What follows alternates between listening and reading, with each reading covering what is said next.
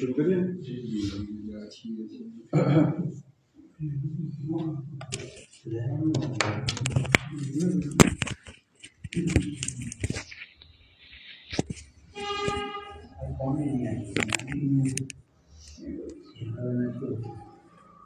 نحمده ونصلي على رسوله الكريم اما بعد فاعوذ بالله من الشيطان الرجيم بسم الله الرحمن الرحيم كل من عليها فان ويبقى وجه ربك ذو الجلال والإكرام فبأي آلاء ربكما تكذبان يسأله من في السماوات والأرض كل يوم هو في شان فبأي آلاء ربكما تكذبان سنفرغ لكم أيها الثقلان فبأي آلاء ربكما تكذبان يا معشر الجن والإنس إن استطعتم أن تنفذوا من أقطار السماوات والأرض فانفذوا لا تنفذون إلا بسلطان فبأي آلاء ربكما تكذبان يرسل عليكما شواظ من نار ونحاس فلا تنتصران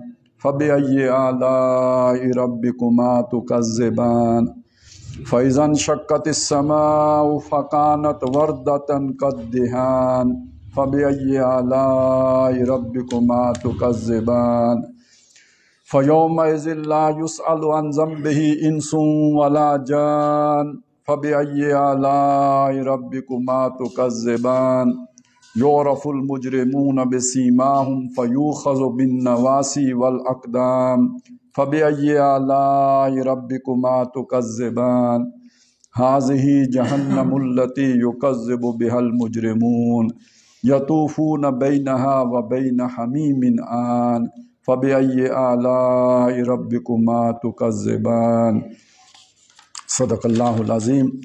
رب اشرح لی صدری ویسر لی امری واحلل عقدۃ من لسانی یفقہوا قولی آمین یا رب العالمین. یہ سورہ رحمان کے دوسرے رکوع کی آیات ہیں جو اس وقت میں نے آپ کے سامنے تلاوت کی ہیں. فرمایا کل من علیہا فان. اس سے پہلے اللہ تعالیٰ کی جو دنیا میں پھیلی ہوئی قدرتیں ہیں، جو اس کی مخلوق ہے، جو اس کی خلاقی کے مظاہر ہیں، ان کا بیان ہو گیا. اور اس کے بعد اس حقیقت کی طرف اشارہ کیا کہ یہ جو کچھ بھی ہے، جو کچھ آپ کو نظر آیا، جو کچھ ہم نے بیان کیا، یہ زمین بچھا دی یا آسمان اٹھا دیا، اس کے اندر توازن رکھ دیا، اور ہر طرح کی جو ہے خوراکیں تمہارے لیے اس میں پیدا کر دیں۔ یہ جہاز جو ہے وہ جو سمندروں میں چلتے ہیں، جو پہاڑوں کے جیسے ہیں، اور جو ان پانیوں سے جو مونگے اور موتی اور جواہرات نکلتے ہیں، یہ جو کچھ بھی بو کل مونی ورائٹی، ہر طرف جو ہے طرح طرح کی رنگا رنگ کی مخلوق ہے۔ کل من علیہا فان، اس زمین کے اوپر جو کچھ ہے وہ فانی ہے۔ یہ اصل میں لفظ فانی ہی ہے، یہ نون کے ساتھ جو ہے نا دو زیریں آ گئی ہیں، تو اصل میں ایک زیر جو ہے وہ یہ کی جگہ پہ ہے، فانی جیسے ہم کہتے ہیں، تو اس یہ کو ہٹا کے تو اس نی کے ساتھ دوسری زیر لگا دی گئی ہے، فانن۔ اس طرح عربی میں اور بھی الفاظ استعمال ہوتے ہیں، جیسے کاظن، تو قاضی ہوتا ہے تو اسے کبھی کبھی قاضی بھی کہتے ہیں، کبھی کبھی کاظن بھی کہہ دیتے ہیں، تو اسی طرح یہاں پہ فانن تھا، فانن ہے تو یہ فانی تھا۔ تو کل من علیہا فان، جو کچھ بھی اس کے اوپر ہے یہ سب کا سب فنا ہونے والا ہے، ختم ہو جانے والا ہے، مٹ جانے والا ہے۔ یہ قرآن مجید نے اس چیز کو بہت سی جگہوں پہ بیان کیا ہے، جیسے ایک بڑا واضح انداز ہے جو سورہ کہف میں ہمارے سامنے آتا ہے کہ انا جعلنا ما علی الارض زینۃ اللہ، زمین کے اوپر جو کچھ بھی ہے ہم نے اس کو اس زمین کی رونق بنا دیا ہے، اس کی زینت بنا دیا ہے، اس کا سنگار بنا دیا ہے، اس کی یوں سمجھیے کہ زیبائش جیسے ہوتا ہے نا، سنگار کرنا، زیبائش کرنا، میک اپ کرنا، تو یہ زمین کو ہم نے یہ سارا جو ہے نا وہ سنگار کرا دیا ہے، میک اپ کرا دیا ہے۔ تو انا جعلنا ما علی الارض، جو کچھ بھی زمین کے اوپر ہے اس کو ہم نے بنا دیا ہے زینت اللہ، اس زمین کے لیے زینت، زمین کے لیے بنا دیا ایک زیبائش، ایک حسن، ایک خوبصورتی، ایک پرکشش چیز جس کی طرف انسان اٹریکٹ ہوتا ہے، انسان کو بہت بھاتی ہیں وہ ساری چیزیں جو زمین کے اوپر ہم نے رکھ دی ہیں۔ اور اس سے اگلا نتیجہ کیا نکلے گا؟ وَإِنَّا لَجَاعِلُونَ مَا عَلَيْهَا، اور ہم کر دینے والے ہیں جو کچھ کے اس کے اوپر ہے، صعیداً جرزا، ایسا جیسے کہ چٹیل کھیت ہوتا ہے، جو کھیت جب آپ نے فصل دیکھی ہوگی تو جب لہلا رہی ہوتی ہے تو کتنی خوبصورت اور بھلی معلوم ہوتی ہے، خاص طور پہ کاشتکار کو تو وہ بہت ہی یعنی بھاتی ہے، لیکن یہ کہ وہ جب کھیت کاٹ دیا جاتا ہے تو اگلے دن جب کھیت کو آپ دیکھتے ہیں تو پورا کھیت جو ہے نا ایک ویرانی کا منظر پیش کر رہا ہوتا ہے۔ تو جیسے فصل کاٹنے کے بعد ویسے یہ تو جرز جو ہے نا، یہ جیسے بھوکا آدمی دسترخوان کو چٹ کرتا ہے تو اس معنی میں آتا ہے، گویا چٹ ہو جائے گی، بالکل چٹیل ہو جائے گی، صاف ہو جائے گی۔ تو اسی کو یہاں پہ یوں کہا گیا کہ یہ جو اس کے اوپر ایسا فانی ہو جائے گا، تو وہاں کہا گیا اس کا سنگار اتر جائے گا، وہ چٹیل ہو جائے گی، واپس اپنی اصل حالت پہ آ جائے گی، یعنی بالکل بچھی ہوگی اور اس کے اوپر کوئی جو ہے رونق کی چیز باقی نہیں بچے گی۔ ہم اس زمین کو ایسا کر دینے والے ہیں، انا لجاعلون ما علیہا صعیدا جرزا۔ تو یہاں پہ اس کے لیے کہا کہ یہ سب کچھ فانی ہونے والا ہے۔ اچھا، یہ وہ چیز ہے کہ جو انسان کو مطلب سب کو معلوم ہے کہ ایسا ہونا ہے، یہاں تک کہ جو بالکل دہریے اور خدا کو نہ ماننے والے سائنسدان ہیں وہ بھی یہ بات مانتے ہیں کہ یہ زمین ابھی جو بھی اس کی، بلکہ زمین کیا کائنات یہ ابھی پھیل رہی ہے، وسعت پذیر ہے، لیکن یہ کہ ایک وقت آئے گا کہ یہ دوبارہ سکڑنا شروع ہو جائے گی اور پھر یہ ایک نقطے کی طرف واپس آ جائے گی۔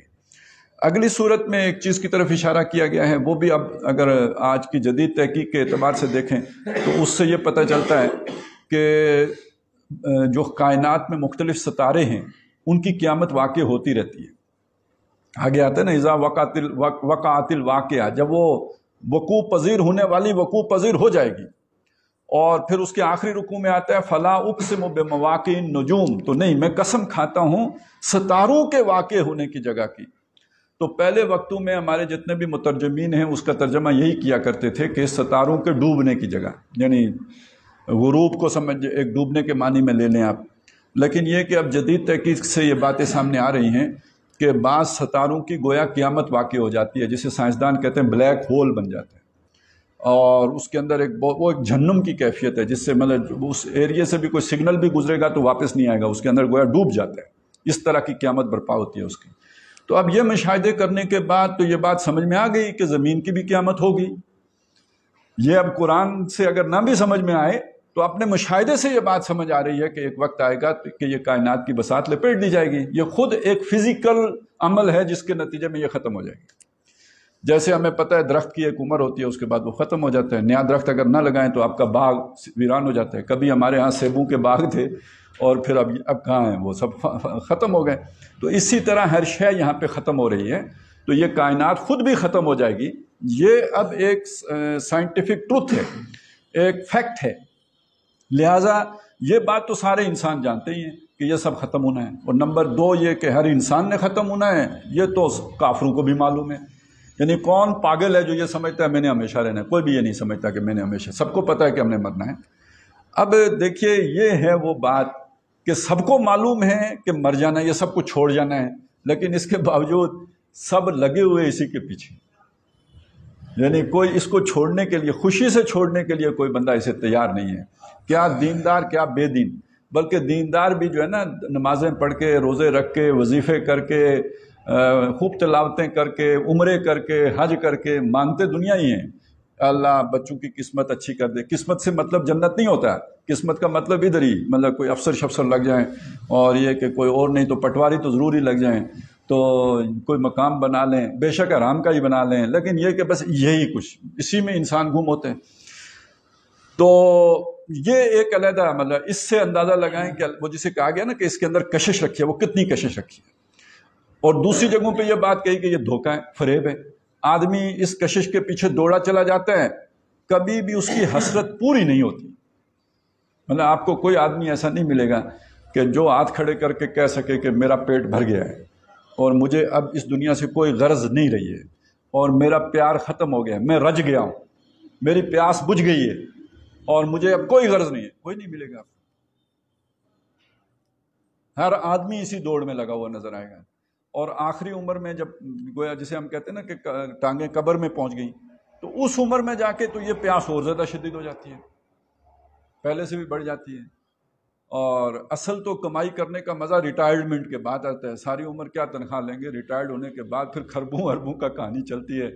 اور اللہ تعالیٰ نے پھر کئی ملک ریاض پیدا کیے ہوتے ہیں جن کی نوکری کے سامنے جو ہے نا پچھلی ساری نوکری ہیچ، بیکار.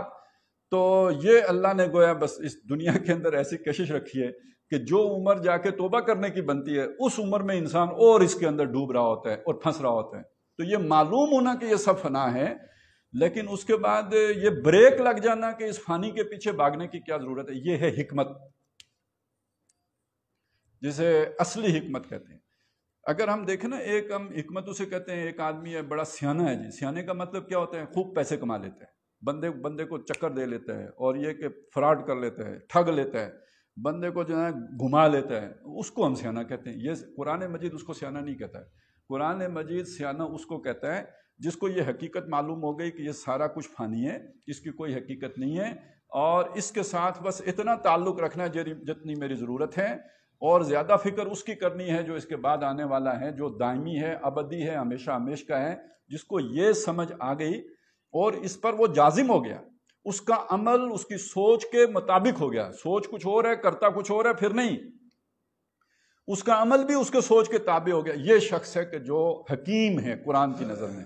یہ شخص ہے جسے قرآن اولو الالباب میں شامل کرتا ہے. یہ قومی یعقلون ہیں. تو یہ وہ لوگ ہیں کہ جن کو پھر قرآن کی بھی سمجھ آتی ہے. اس لیے کہ سورہ بنی اسرائیل میں یہ بات صاف بیان کر دی گئی کہ جو دنیا کی محبت میں گرفتار ہوتے ہیں ان کو قرآن سمجھ میں نہیں آتا. وَإِذَا قَرَأْتَ الْقُرْآنَ جَعَلْنَا بَيْنَكَ وَبَيْنَ الَّذِينَ لَا يُؤْمِنُونَ بِالْآخِرَةِ حِجَابًا مَسْتُورًا. اے نبی جب آپ قرآن پڑھتے ہیں تو آپ کے درمیان اور جو لوگ آخرت پر ایمان نہیں رکھتے، یعنی دنیا میں کھبے ہوئے ہیں، دنیا کی محبت میں گرفتار ہیں، ان کے درمیان ہم ایک پردہ حائل کر دیتے ہیں. وہ پردہ نظر نہیں آتا. اب پردے کا مطلب کیا ہے؟ ایک ہی کلاس ہوتی ہے، استاد کوئی میتھ کا سوال یا کوئی بھی چیز سمجھا رہے ہوتے ہیں، 10 بچوں کو سمجھ آ رہی ہوتی ہے، 15 کو سمجھ نہیں آ رہی ہوتی. ایک بات بالکل سیدھی ہے، 5 آدمیوں کو سمجھ آ رہی ہوتی ہے، 5000 کو سمجھ نہیں آ رہی ہوتی. ہمارے سامنے بات ہوتی ہے نا، وہ کہتے ہیں یار یہ کیا پاگل ہیں، یہ کیا باتیں کر رہے ہیں، ان کو سمجھ نہیں آتی. تو یہ بیچ میں ایک پردہ ہوتا ہے کہ وہ قرآن کی بات اس طرح ان کے دل کے اوپر اثر نہیں کرتی. کیوں ہوتا ہے؟ یہ دنیا کی محبت کی وجہ سے ہوتا ہے. وَإِذَا قَرَأْتَ الْقُرْآنَ جَعَلْنَا بَيْنَكَ وَبَيْنَ الَّذِينَ لَا يُؤْمِنُونَ بِالْآخِرَةِ حِجَابًا مَّسْتُورًا۔ اب حضور سے بہتر قرآن کون پڑھے گا؟ وہ جب پڑھتے ہیں تو ان کے دلوں کے اوپر پھر بھی اس کا اثر نہیں ہوتا۔ اور دوسری بات وَجَعَلْنَا عَلَىٰ قُلُوبِهِمْ أَكِنَّةً أَن يَفْقَهُوهُ، ان کے دلوں کے اوپر ہم ایک اور پردہ طاری کر دیتے ہیں کہ وہ سمجھ ہی نہیں سکتے۔ تو یہ سمجھ لیجئے کہ قرآن مجید کی سمجھ تو تب آنا صحیح معنی میں شروع ہوگی کہ جب دنیا کی حقیقت معلوم ہو جائے، اور دنیا کی حقیقت نہ معلوم ہو تو دل ایک زنگ کی کیفیت میں رہتا ہے، اس زنگ کی کیفیت میں بات سمجھ میں نہیں آتی۔ چلیں اسے یوں سمجھ لیں، یہ آپ کو پتہ نا یہ جو بیٹری ہوتی ہے گاڑیوں میں لگی ہوئی، اس کے اوپر ایک وہ آ جاتا ہے، تھوڑا زنگال سا آ جاتا ہے، تو وہ جو آپ نے ڈرائیور دیکھے ہوں گے گرم پانی اس کے اوپر ڈالتے ہیں، وہ نہ ہو تو کرنٹ نہیں پاس ہوتا۔ بیٹری میں کرنٹ ہے، تار بھی زندہ ہیں، وہ تھوڑا سا زنگ آ گیا، اب اس کی وجہ سے جو ہے وہ کرنٹ نہیں پاس ہو رہا، آپ سلف مارتے ہیں گاڑی سٹارٹ نہیں ہو رہی، اب آپ اسے کھرچیں گے، ریگ مال ماریں گے یا پانی ڈالیں گے، کچھ کریں گے، اس کے بعد اسے فٹ کریں گے، اب آپ نے سلمان ٹھک ٹھک گاڑی سٹارٹ ہو گئی۔ انسان کے دل کا بھی یہی معاملہ ہے۔ یہ قرآن مجید ایک کرنٹ ہے، اس کا ایک ریسیور ہے جو اللہ تعالیٰ نے دل میں لگایا ہوا ہے، اس ریسیور کے اوپر جب زنگ آ جائے گا تو یہ قرآن مجید اس کے اوپر اس کی بے اثر ہو جائے گا۔ اس کا کوئی وہ کیا کہا کہ پھول کی پتی سے کٹ سکتا ہے ہیرے کا جگر، مرد ناداں پہ کلام نرم و نازک بے اثر، اس پر اس کا کوئی اثر نہیں ہوگا۔ چنانچہ قرآن مجید میں بھی ہے کہ یہ انسان کے گناہوں کی وجہ سے اس کے دل کے اوپر زنگ آ جاتے ہیں۔ کَلَّا بَلْ رَانَ عَلَىٰ قُلُوبِهِم مَّا كَانُوا يَكْسِبُونَ، یہ اس لیے انہیں سمجھ نہیں آتا کہ ان کے دلوں کے اوپر ایک زنگ آ گیا ہے ان کے گناہوں کی وجہ سے، جو کمائیاں کی ہیں انہوں نے، کیونکہ ان کی محنت دوسری طرف ہے، ان کا ذہن کہیں اور لگا ہوا ہے، تو یہ گہری بات ان کی سمجھ میں نہیں آتی۔ اور حدیث میں بھی آتا ہے کہ نبی صلی اللہ علیہ وسلم نے فرمایا جیسے لوہے کو زنگ لگتا ہے بالکل اسی طرح دل کو بھی زنگ لگ جاتا ہے۔ ان هذه القلوب تصدع كما يصدع الحديد اذا اصابه الماء، یہ دل بھی اسی طرح زنگ آلود ہو جاتے ہیں جیسے لوہے کو زنگ لگتا ہے جب اس کو پانی لگ جائے۔ قیل ما جلاؤها یا رسول اللہ، پوچھا گیا اللہ کے رسول صلی اللہ علیہ وسلم ان کو صاف کرنے کا طریقہ کیا؟ زنگ تو ریگ مال سے ہم صاف کرتے ہیں، لوہے کا یہ دل کا زنگ کیسے صاف کریں؟ فرمایا کثرت ذکر الموت و تلاوت القرآن، خوب کثرت کے ساتھ موت کو یاد رکھنا، فانی یہ یقین ہو جانا کہ میں فانی ہوں، پہلی شرط یہ ہے، اور قرآن مجید کی تلاوت کرنا، یہ دونوں چیزوں کے ملاپ سے وہ زنگ دور ہو جائے گا، دل زندہ ہو جائے گا، نہیں تو وہ مردہ رہے گا۔ تو یہ فانی ہونے کا یہ ہے، اس دنیا کی حقیقت معلوم ہو جائے۔ میں آپ کو بتا رہا تھا کہ یہ جو حکمت کا تعلق ہے اس کا اس چیز کے ساتھ بڑا گہرا ربط ہے۔ سورہ بقرہ میں حکمت کا مضمون آیا ہے، بڑی شان کے ساتھ آیا ہے، وَمَن يُؤْتَ الْحِكْمَةَ فَقَدْ أُوتِيَ خَيْرًا كَثِيرًا، جسے حکمت دے دی گئی اسے تو خیر کثیر دے دیا گیا۔ لیکن یہ کہ یہ کس جگہ پہ یہ بات آئی ہے، اس سے پیچھے یہ 2 رکوع میں مضمون آ رہا ہے انفاق کا، وہ لوگ جو اپنے مال اللہ کی راہ میں خرچ کرتے ہیں اور یعنی پاس نہیں سنبھال کے نہیں رکھتے۔ اچھا جسے یہ فانی ہونے کا یقین ہوگا اسے خرچ کرنے میں کوئی مسئلہ نہیں ہوگا، لیکن جسے فانی ہونے کا یقین وہ کیسے خرچ کر سکتا ہے؟ وہ نہیں خرچ کر سکتا۔ تو گویا جن کا یہ یقین بن گیا ہے کہ دنیا فانی ہے اور ان کا عمل اس کے مطابق جو ہے وہ ڈھل گیا ہے، یہ حکیم ہیں۔ اور اگلی آیت میں فرمایا وَمَا يَذَّكَّرُ إِلَّا أُولُو الْأَلْبَابِ، یہ سمجھ نہیں آتی مگر بڑے عقل مند لوگوں کو سمجھ میں آتی ہے اس بات کی، یہ حکمت ان پر کھلتی ہے، وہ سمجھتے ہیں اس بات کو۔ اب اس کو لے کے آ جائیں آپ اگر سورہ آل عمران میں یہ الفاظ ذہن میں رکھیں، وَمَا يَذَّكَّرُ إِلَّا أُولُو الْأَلْبَابِ، اس کو ذرا ذہن میں رکھیں تو میں اب آپ کو وہاں کا ایک اور مضمون بتاتا ہوں۔ وہاں شروع میں بتایا کہ قرآن مجید میں آیات محکمات بھی ہیں اور آیات متشابہات بھی ہیں، اور یہ جو محکمات ہیں ہن ام الکتاب و اخر متشابہات، اصل تو محکمات ہیں جو اصل کتاب ہے، لیکن اس میں کچھ متشابہ آیات بھی ہیں۔ اب یہ جو متشابہ آیات ہیں ان کے بارے میں کچھ لوگوں کا طرز عمل فرمایا کہ جن لوگوں کے دلوں میں فی قلوبہم زیغ فیتبعون ما تشابہ منہ ابتغاء الفتنۃ وابتغاء تاویلہ، جن لوگوں کے دلوں میں زیغ ہوتا ہے، کجی ہوتی ہے، یعنی وہی زنگ ہوتا ہے، دنیا کی محبت ہوتی ہے، اس کو فانی نہیں سمجھتے بلکہ اس میں ڈوبے ہوتے ہیں، وہ پیچھے پڑ جاتے ہیں ان متشابہ آیات کے جن کے معنی معین نہیں ہیں، جن کے معنی بالکل کلیئر نہیں ہیں، بالکل جن میں گنجائش ہے اوپر نیچے کرنے کی، وہ ان کے پیچھے پڑ جاتے ہیں فتنے کی تلاش میں، یعنی نئے وہ جو ہے فلسفے بنانے کے چکر میں، یا یہ کہ ان کی کناہ کو کوئی پہنچ نہیں سکتا۔ اب اللہ کی جہاں پہ مثال تمثیلات میں اللہ تعالیٰ کی ذکر آیا ہے تو اب اللہ کی ذات کو تو کوئی نہیں سمجھ سکتا ہے. اب اس کی تعویل تک کوئی پہنچنے کی کوشش کرے گا تو سر مارے گا یا کہیں کسی کھائی میں گرے گا، وہ حقیقت تک تو نہیں پہنچ سکتا. لیکن یہ کہ جو لوگ ہیں جن کو اللہ تعالیٰ نے علم دیا ہے، ان کا معاملہ یہ ہے کہ وہ کہتے ہیں آمنا بہی کل من عند ربنا، یہ سب ہمارے رب کی طرف سے ہے اور ہم اس پر ایمان لائے ہیں. وما یذکر الا اولو الالباب، اور یہ نصیحت نہیں پکڑتے مگر اولو الالباب. اب سمجھ آئی اولو الالباب؟ حکمت اب جوڑ لیجئے. حکمت کا مطلب یہ ہے جن کو یہ سمجھ عطا ہو گئی، جن کے دل سے وہ زیغ ختم ہو گیا، یہ اولو الالباب ہے. جو اولو الالباب ہے وہی حکیم ہے. ایسے ہی ایک حکیم حضرت لقمان تھے، وَلَقَدْ آتَيْنَا لُقْمَانَ الْحِكْمَةَ أَنِ اشْكُرْ. لیکن یہ حکمت کب ملے گی؟ جب آپ کے دل سے دنیا کی محبت نکل جائے گی. اگر دل میں دنیا کی محبت ہوگی، زیغ ہوگا، فی قلوبہم مرض، مرض ہوگا، پھر وہ فساد ہے، فتنہ ہے، پھر حکمت نہیں مل سکتی. حکمت تو ہے ہی ہے کہ دل سے دنیا کی محبت نکل جائے. تو اسی سے پھر انسان کے پردے ہٹتے ہیں آنکھوں سے نا، پھر اسے وہ چیزیں نظر آتی ہیں، پھر وہ قرآن بھی سمجھ میں آتا ہے. علامہ اقبال نے یہ جو دل کی نگاہ ہے اس کا ذکر کیا ہے. گاہ میری نگاہ تیز چیر گئی دل وجود، گاہ الجھ کے رہ گئی میرے توہمات میں. یہ جو میری نگاہ ہے کبھی دل وجود چیر گئی. یہ دل وجود کیا ہے؟ یہ کائنات کا وجود. یہ جو ہمارے سامنے جو حسن ہے، جو جسے کہنا زیبائش یا جو آرائش ہے، اس سے آگے نکل گئی، وہ حقیقت کبریٰ تک پہنچ گئی. یہ ہے نگاہ جہاں تک پہنچنی چاہیے تھی. گاہ میری نگاہ تیز، پوٹینشل ہے اس نگاہ کے اندر، چیر گئی دل وجود، گاہ الجھ کے رہ گئی میرے توہمات میں. یہ سارا کچھ وہم ہے، جس میں یہ فانی چیزیں ہیں نا، وہم ہے، لگتا ہے ہمیشہ ہمیشہ ہے نہیں، تو ایک وہم ہے. اس وہم کے اندر پھنس کے رہ گئی میری نگاہ، آگے نہیں جا سکی. یہ انسان کے ساتھ کیفیت ہے. اور پھر اقبال یہ بتاتے ہیں کہ کار جہاں بانی سے ہے دشوار تر کار جہاں بینی. دنیا بنانا، دنیا چلانا، دنیا کو کا انتظام اور انصرام کرنا، یہ جو کچھ بھی ہم کرتے رہتے ہیں، گھر بنایا، کاروبار بنایا، یہ سارا ایک ہمارا ایڈمنسٹریٹو مینیجریل جو رول ہے جس میں کہ ہم پڑے ہوتے ہیں، تو یہ کار جہاں بانی ہے. یا کوئی بادشاہ بن گیا، وہ بھی کار جہاں بانی کر رہا ہے. جہاں بان جیسے غلہ بان ہوتا ہے، تو اسی طرح جہاں بان یعنی دنیا کا انتظام کرنے والا.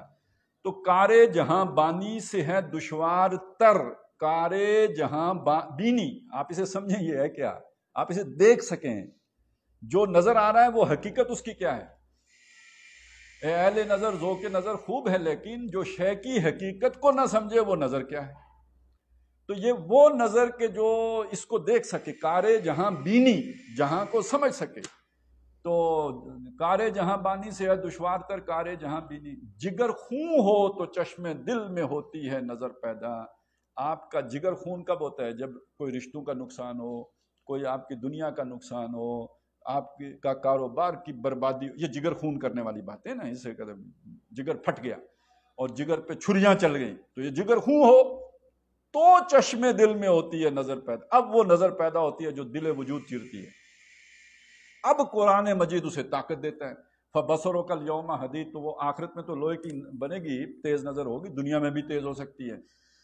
تو بہرحال یہ جو اصل میں حکمت اس ایک جملے کے اندر چھپی ہوئی ہے، کل من علیہا فان. یہ سمجھ میں آ گیا تو سارا آپ کا جو مطلوب ہے نا تزکیہ، وہ ہو گیا. پھر آپ غلط رخ پہ نہیں جا سکتے. یہ یقین اگر اندر پیدا ہو جائے.